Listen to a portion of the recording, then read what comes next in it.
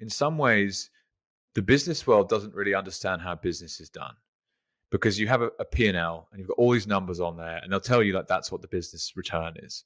But it would never be able to explain to you that setting a dream or a vision is actually how you got to that point. You know what I mean? The balance sheet it can't understand that. It's like literally computer says no. So what I'd like to understand more, and you're probably maybe seeing this in customers of yours now, is this idea of, okay, if you haven't sat down and done the work around what the vision actually is, or you haven't had this kind of eureka moment come to you, where do people fall off, and why is it the case that a vision is so important? Yeah, absolutely. Well, over the years of doing the work that I did with you, I get clearer and clearer about what I call the simple masculine structure and then the feminine flow. So, like we've spoken about business, is that there's the business models, but are the business models fulfilling? Maybe for some people, but I'm a lot more about a little bit of strategy backed by a lot of energy and energetics. Like, are you passionate about this? Is it in alignment with your soul purpose? And so I've noticed that there are these stages and phases that we move through. And I love business coaching people, helping them transition, helping them bring big money into their sphere. But I won't do that. I won't teach people about money. I won't teach people about manifestation until they take that first step of processing their emotions. Hmm. And that's what most people try and bypass because it's uncomfortable, it's messy, it's not pretty. And they just want the desire, they want the vision, they want the manifestation. But the thing is that with manifestation, money energetics, success energy, all these sorts of things, how far we can leap and how quickly we can attract it depends a lot on our energy. And if we haven't worked on emotions stored in our body from past experiences or traumas, both good and bad, if we haven't expressed them, that is what gets stored and that's what holds us back.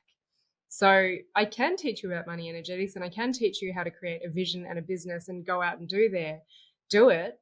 But you're going to have more challenges that are going to make the journey much harder than what it needs to be.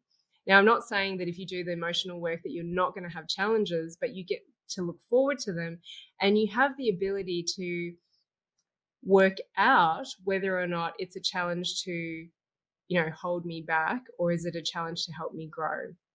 Is this challenge presented to me and is this fear coming up for me to trust that it's protecting me, or is it a fear that's trying to hold me back and actually I need to step into faith? Because there's a lot of desire work that requires you to step into the unknown and just not actually know what's coming your way. It's funny, Jen. It's almost like there's a critical first step, i.e., the emotional work that you've highlighted, that has an ROI that people just haven't even considered. And it's like, how Absolutely. much better could the rest of your investing be if you were to nail this bit first? So to try and bring that to life, or give some color to someone that hasn't worked with you before, what might be some of the emotional blockages that come up?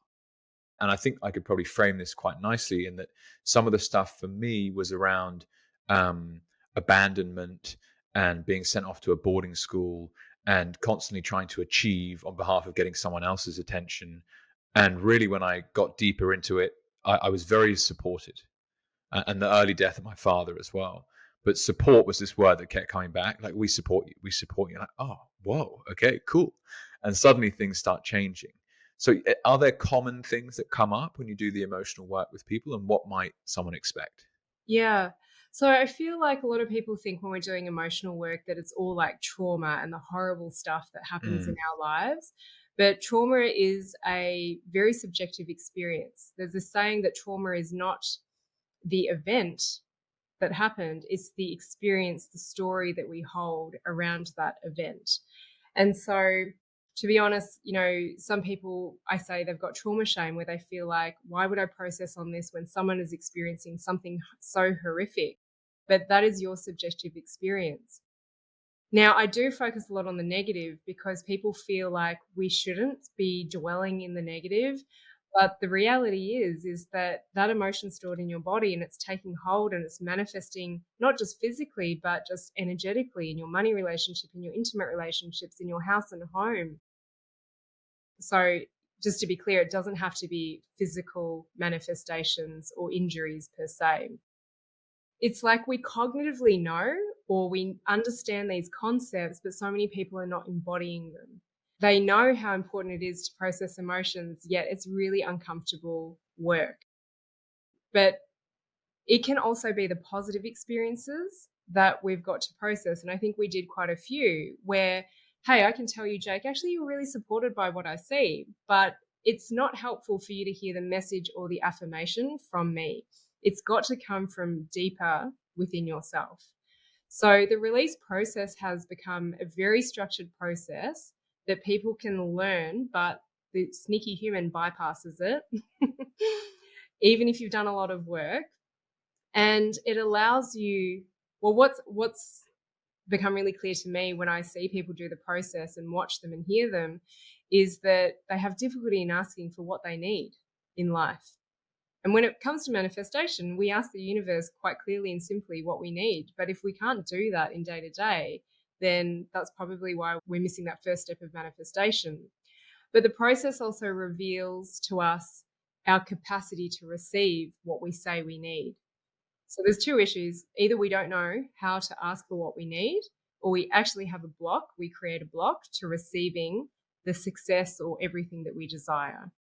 And so it allows you to practice in this safe way, requesting what you need, receiving what you need. And as you experienced, you get these messages from deep within. And quite often they are repetitive messages, no matter if you're releasing on your body, releasing on a person, releasing on a business or a thing. And it just, I don't know how to explain it. It's an experience. It just lands in a different way. It clicks for you. And you realize these messages are the thing that are going to help you move forwards, even if they feel scary, even if like fear overcomes you. And that's what happened for me, is that I had this repeated message and I didn't listen to it. I tried to find other ways. And then when I lent into it and I just got over all those fears, I was rewarded in more ways that I could imagine possible. It's so interesting. And first of all, that idea of A, not being able to voice what you need, but B, if you know what you need, but you're like, I'm not allowed that, is that we're very poor sometimes at receiving.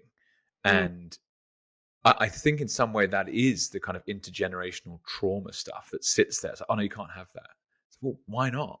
Oh, because your parents weren't allowed it, or something along those lines. So I can see how like clearing that is like taking the handbrake off.